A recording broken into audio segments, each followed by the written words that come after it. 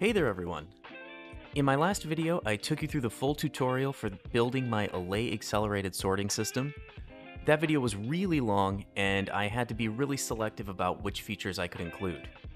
Enough time has passed though that several of you have built this up in your world, so I thought I would show you how to build some easy upgrades for the system. This includes shulker box access to bulk storage, an easy reset method for your bulk storage slices, reconfiguring the category sorting for faster item cycles, and a few alternative solutions for dealing with overflow, which some of you may or may not be dealing with. Most of these upgrades weren't included in the original tutorial because they are either non-essential or involve some sort of significant trade-offs, but I do think they will greatly enhance your experience with this system and also just kind of give you some major quality of life upgrades. So without any further delay, let's dive right into it. After releasing the tutorial, I got a few requests to find a way to make bulk storage more accessible. I didn't originally build anything like a box display into the system because I wanted to keep Redstone away from the front and allow you more flexibility in terms of how your room could be designed. But it does become a bit tedious to access the bulk storage items, especially when you only want a few. So I tried to come up with the simplest shulker box access for this system, and here it is. So you can see all the shulker boxes are directly on the floor right in front of their slice. We can go ahead and open up any of them to grab any items, and we can also break the shulker box to take it with us and see that it's replaced with a brand new one. With some small changes to the bottom of these double chests, we can dispense floor-level shulker boxes and provide some essential functionality with a pretty minimal impact on the overall footprint of the build. Here's how to build it. Start in front of the bulk chests and dig down 3 blocks. Then dig forward 2 more blocks and clear all of the blocks under the chest. You'll want to do this for every slice. Now here's how you actually build the redstone for a single slice. Put a forward-facing dispenser underneath the front part of the double chest, then put a hopper behind it. Then you'll want to put a block that's easy to break, like dirt, in front of the dispenser. Then we're going to put an observer beneath that dirt, point it into a solid block, put a note block next to that, then an observer running up into the dispenser from the note block. That's it. We can see what will happen with this slice when we break the dirt. If we have a full shulker box from the bulk item chest, we'll have direct access to it. We can grab a few items from there whenever we need it. But alternatively, if we decide to grab a full box, we can just break this box and take it with us, and a new one will replace it. If we don't already have a full box for this slice, we'll need to either leave a solid block here or place an empty shulker box, and remember to break it when a full box enters that slice. One thing that you'll probably notice here is that this addition will drain 15 shulker boxes from your bottom double chest. On one hand, it's nice because it increases the storage capacity of the bulk slice by 15 shulker boxes, but on the other, if you don't have a lot of shulker boxes of the item yet, this upgrade will make it a bit harder to grab more than one shulker box at a time. I've tried to mitigate this downside by making a design that will allow you to grab those shulker boxes directly from the dispenser and hopper underneath if you need to.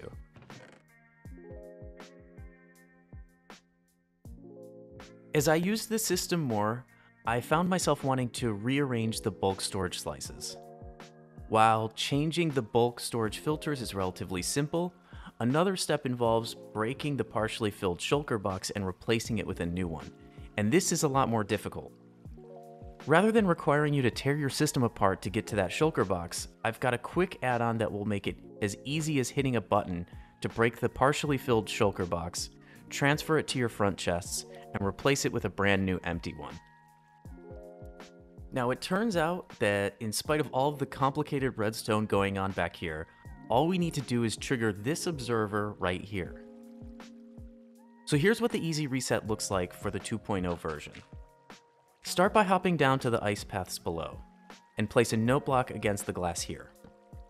Then an observer coming out of that, and then a solid block coming out of that, touching this dropper right here. That's it. You just need to right-click the note block to reset the shulker box. Repeat this pattern all the way down and on both sides. This is a bit trickier to implement in the 2.1 version since we have one less block of space. You'll need to hop down to the ice path again and start by placing a solid block, put a button on it, put a torch on top, and then a sticky piston above it against the glass on top of the torch. And that's it.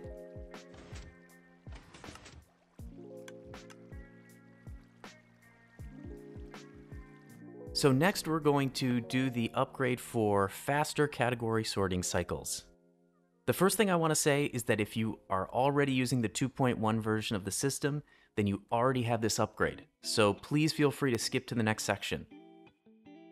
Now for those of you who don't have the 2.1 version, if you've already built the system up, then you probably have already realized that there's some speed loss on the bottom part of the category sorting cycle due to the cart's collision with the glass blocks we've placed there. I realized that there's an easy way to resolve this. By putting a solid block behind the double chest filters, we can get an extra block of clearance below.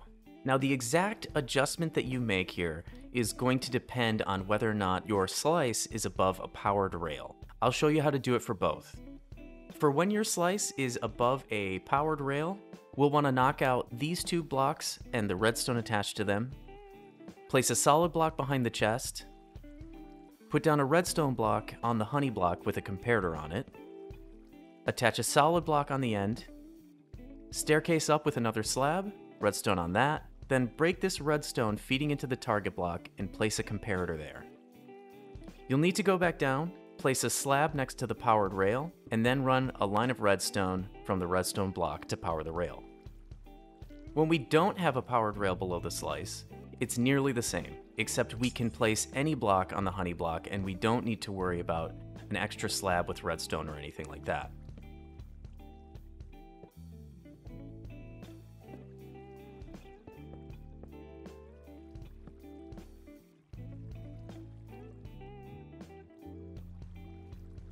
Once you get to this side, I'm sure you'll see the other thing you'll need to change here is the item elevator that leads up to the category sorting section. You'll need to bring the elevator column back, so we'll go ahead and start by breaking all of this stuff down. Once we're done breaking down the elevator, we're going to go over to this soul sand and replace it with blue or packed ice, and then build back 2 more blocks with ice here, and then put soul sand at the end. Surrounding the area with glass. Then we'll just be putting down a trapdoor, and then putting down a water source. Then we're going to need to build up this glass tube here, so that we can meet up with the original ice path. Extend that ice path back so that it meets the elevator. Build up some glass walls here, and then we are just going to lay down all of our water sources. Once we've done that, don't forget to cap off the top here. And we are all set with this upgrade.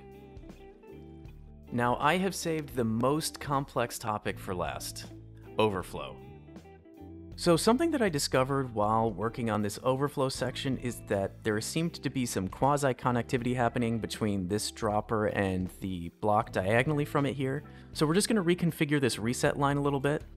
Knock out these 2 solid blocks here, as well as this one here, and bring over an extra slab, and staircase down, again, 2 blocks just like we had here, and then we'll raise this slab up, and run it out from this block here, and power the blue ice directly, and just carry that signal down. Now if you're using the 2.1 version of this system, the redstone version of this solution has already been built in, so you can probably go ahead and just end the video here. But I did tweak it a little bit to make the timing a bit more reliable. So go ahead and take a look at the video description. I've included a timestamp with the specific adjustment I've made here, so you can go ahead and make any necessary adjustments to your own system. Now otherwise, we can get into it. This system intakes and processes items at 2 times hopper speed, but this funnels down to 1 times hopper speed when we deposit items into the front chest at the final step, which means that overflow is possible if we repeatedly send items to the same category. Let's briefly take a look at how it works. So we're going to take a look at this end slice here with iron blocks. When items are deposited into an unlocked category slice, they're pulled into this first hopper minecart instantly, then are transferred to the hopper minecart below at 8 times hopper speed. And from there are transferred at 1 times hopper speed into the category chests below. The lower minecart effectively provides a buffer against overflow because as long as we have space there, items will be able to drain down from the upper hopper minecart before the system relocks with another cycle.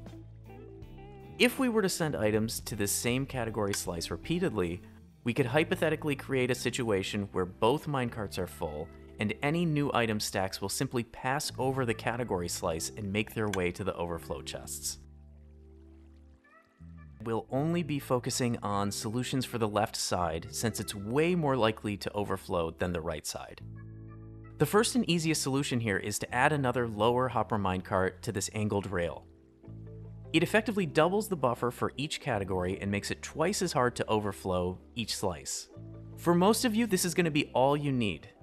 The only downside of this solution is that in some extreme situations, the extra hopper minecarts seem to be ejected from the rail. I'm not sure exactly why this happens. It might be due to chunks unloading and reloading. If anyone knows more, please give me a shout in the comments. I'd love to know more about why this kind of thing happens.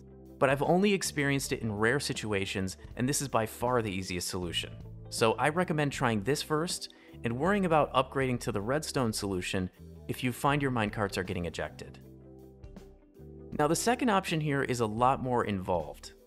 Essentially, all we're going to be doing here is putting down a pressure plate that detects when overflow is happening on the left side and pause the system so that the slice has time to catch up. We'll start by putting down a pressure plate here instead of this trapdoor.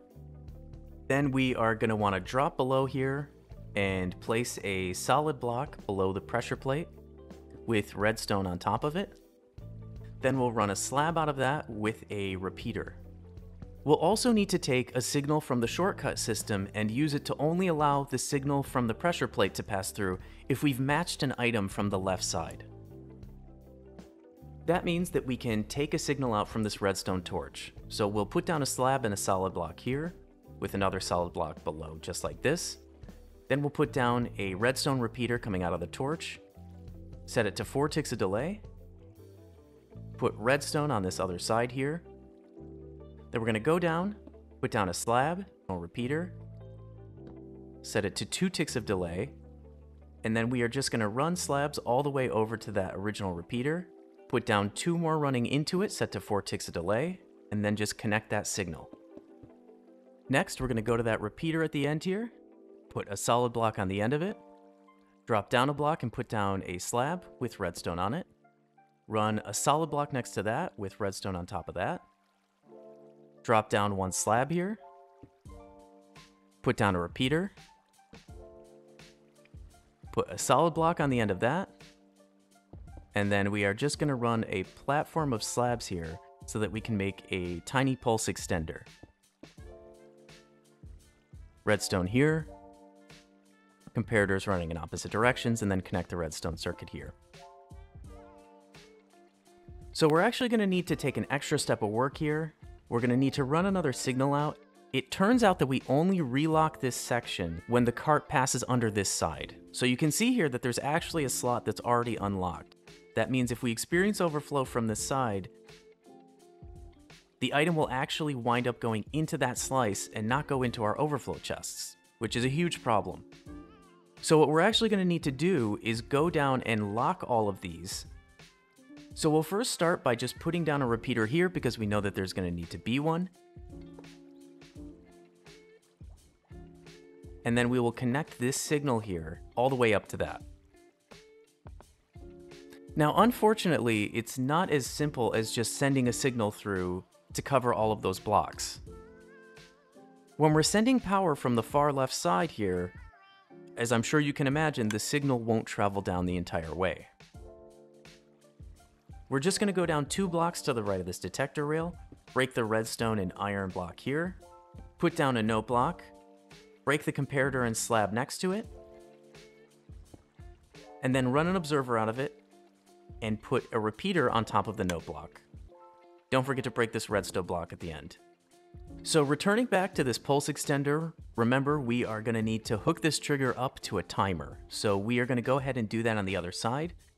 We're actually going to carry the signal through the back side of these category sorting chests here. So we're going to put down a block, redstone on it, and then we're just going to put down a row of slabs going all the way down.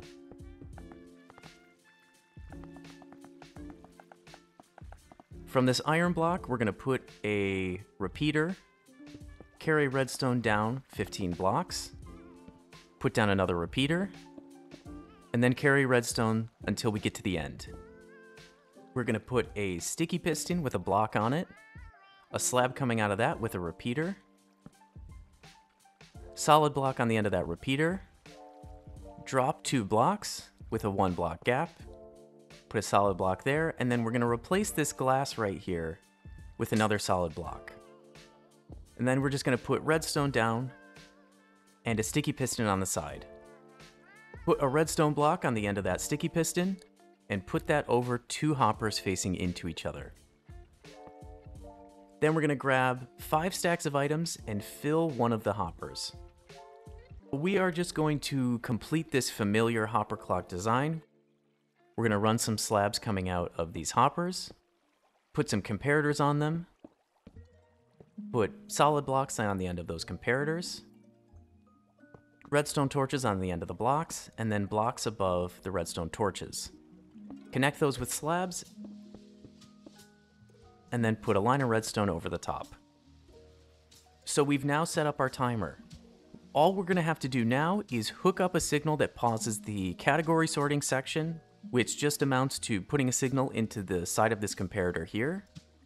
Then we'll just need to bring a signal down to pause the item intake down here. So returning back up to the timer, so we're going to start by putting down a target block here, put a redstone torch on top of it,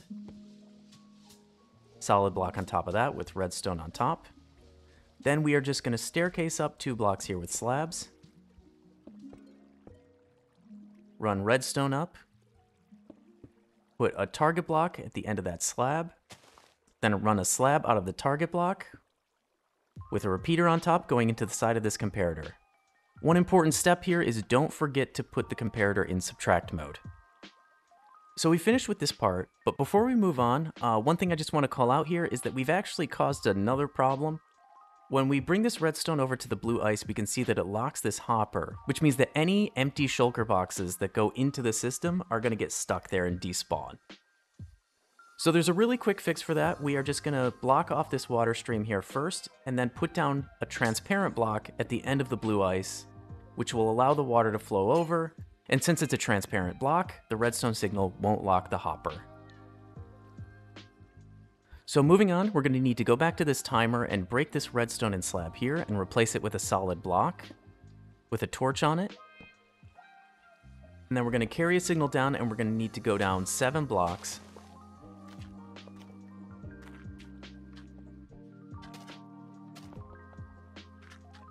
And just like this. And then carry the redstone signal all the way down. Then we're going to need to just dig forward here until we get to this main opening that has all of our item intake. Then we are just going to bring a line of slabs all the way down, up so that they connect up with this barrel here, and we are just going to make sure that our signal strength doesn't run out.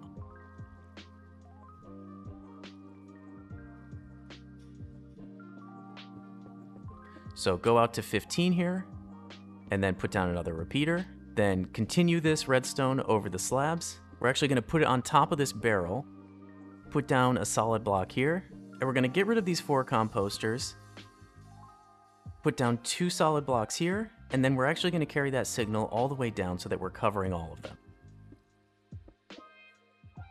But we're just going to replace this double chest here with 2 barrels and run repeaters from those solid blocks with redstone on them into those barrels. And that's it. We are now officially done. One more little upgrade that I want to sneak in at the end is that if we do pause the system, we might run the risk of overflowing the shulker box unloader, in which case the whole system locks up because the shulker filters at the top get overflowed. So we're just going to incorporate a little bit of overflow protection there, and it's very simple. We are just going to run a comparator out of this double chest, which feeds into this dispenser for the shulker box unloader. We're going to put down a slab here and run a comparator out. And then we are going to put a comparator into the side with a barrel full of some number of items that indicate the threshold for how full that double chest can be. You can kind of set that to be whatever you want, but I just have 18 stacks here. Then we are just going to staircase up and run redstone all the way up and over these front 2 hoppers leading into that double chest. And don't forget to put these 2 blocks here just to break the signal from this lower section here. So that is it, we are done. These are all of the upgrades for the system and probably the last video that I'll be making for this system for a while. Unless people have more requests, please let me know in the comments if you do. But I'm going to be updating the world save that I have from the original tutorial video so that we also have these fully upgraded versions. That's the upgraded 2.0 version as well as the upgraded 2.1 version. And I'll also be uploading schematics of those as well if you would like to match those up against the system you've already built and just want to make sure you've done everything correctly. Thanks everyone for watching, and thank you so much for all of your support. And I can't believe it, but we're almost up to 500 subs. Once we hit that mark, I'm going to do a mini base tour, which is going to be geared around sort of my approach to playing Minecraft and my approach to base building. And I'll be sort of going through some of the redstone stuff there and some of the optimizations I've made. I've been trying to focus more on aesthetic builds, so hopefully I can share with you what I've made and get your feedback. But I'm super excited to share that.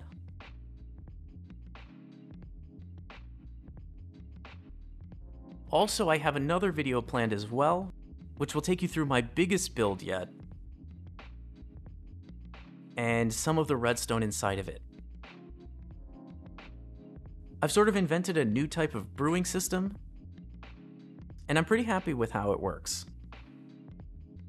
So please subscribe if you haven't already and are interested in seeing that stuff. But other than that, thank you so much everyone, and I'll be seeing you soon.